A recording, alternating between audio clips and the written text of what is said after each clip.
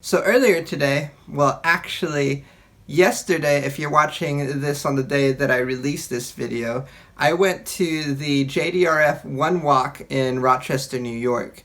It was an amazing experience and I actually got to hear quite a few stories from people, and they told me about their experience with type 1 diabetes or their experience with family members with type 1 diabetes, and I want to share that with you guys today.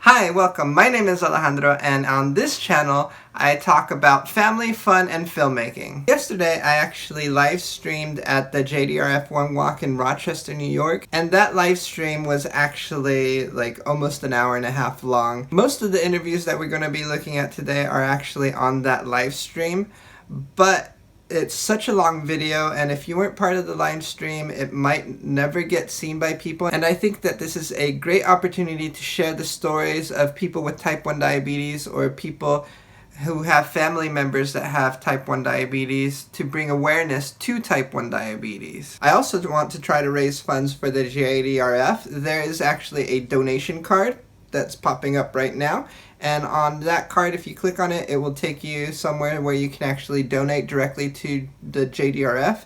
The JDRF is the Juvenile Diabetes Research Fund, and actually the director of the Rochester branch of the JDRF, Sara Goldstein, took some time to talk to me, and I think she does a much better job at explaining what the JDRF is and what they do. So let's take a listen to what she had to say. Hi! Hi, people of the internet. So we are here today with the JDRF here in Rochester, raising money for type 1 diabetes. So JDRF is the Juvenile Diabetes Research Foundation. We've been around since 1970. We were originally founded by a group of moms who wanted to find a cure for type 1 diabetes, which, for those of you who don't know, is an autoimmune disorder. And so here in Rochester, we had about probably 2,500 people here today, all raising money for type 1 diabetes research. We had great competition between the teams. Our top team raised over probably $13,000 or $14,000, and actually hit the 100,000 mark today that they've raised over the last 10 years, which is amazing.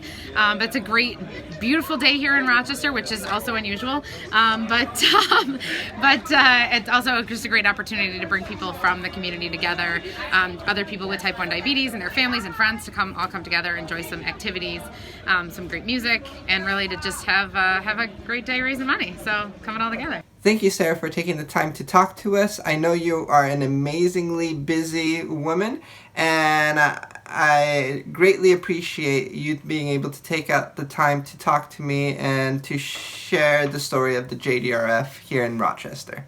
Now let's take a look at some stories from individuals with type 1 diabetes and also family members of individuals who have type 1 diabetes. We come from a small community of thousands that we have 284 here today we ended up with. That's amazing. So, small town, they all support each other. Is Carter someone who had type 1 diabetes? Carter, yep, he's my son. He was diagnosed when he was 8. He's now 16, so this will be our 9th year. So. My nephew has type 1 diabetes, Bryson. He got diagnosed a year ago, a little over a year ago. So there's 34 of us from the Crusaders Motorcycle Club that walks for him. So our neighbor and longtime babysitter, Erica Coffey, was diagnosed in December at 17 years old. And so we're walking for Team Erica. Yeah, we want cure for type 1 diabetes. It's a challenge to live with, we know that. My daughter Katie, who unfortunately is not here with us today, but she's at home, but we're walking for her. We're walking for this little one. Her name's Lily. You guys were all wearing purple. I thought you were part of the same team. Yeah, we're not, but actually, that's her school nurse. Oh, awesome. So, yeah, so that was her school nurse, and the guy you just talked to is her husband. Sure. Well, I have type 1, so that's why you're So we brought the family, brought some friends. So it was a good day, nice weather, it was a good day for a walk. So I was diagnosed back in September 2010. It's actually the first week of school that year. And I ended up going to the pediatrician's office because I didn't feel right. And she ended up taking me to the hospital, so I spent 4 or 5 days in the hospital. And then from there, the research, I was like, part of your life now. So it's been there ups and downs, you know, but overall, it's not too bad. There's a lot of cool things, cool people who can help you. Thank you to everybody who shared your stories with us. It was amazing to be able to get to meet you guys and learn a little bit more about your journey. And now here's a little bit where I talked about my personal story with type 1 diabetes and how it affected my life, my daughter's life, and my late wife's life.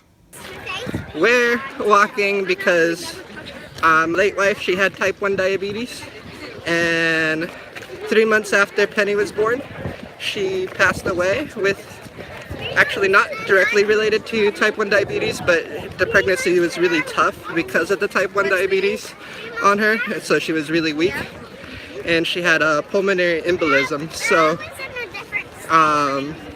when that happened, she wasn't able to recover easily from that, and she passed away at the hospital. We were actually at the hospital visiting Penelope at the time. She was in the NICU, and we were actually in her room, and when we got there, Kristen collapsed, and doctors were there helping her out within seconds. So she was in the best place to try to, if there was a chance, it would have happened there, but unfortunately that's not, she didn't make it through. But that's why we're here today. We're here to support and walk for type 1 diabetes for Penny's mom, my late wife. Alright, let's keep on walking. So that's a little quick synopsis of our story. I've been thinking about putting together a more kind of polished and full version of that story. If that's something you guys are interested in, please let me know down in the comment section, because it'd be awesome to bring more awareness to type 1 diabetes. Like I said earlier in the video, it would be amazing if we can raise some money for the JDRF.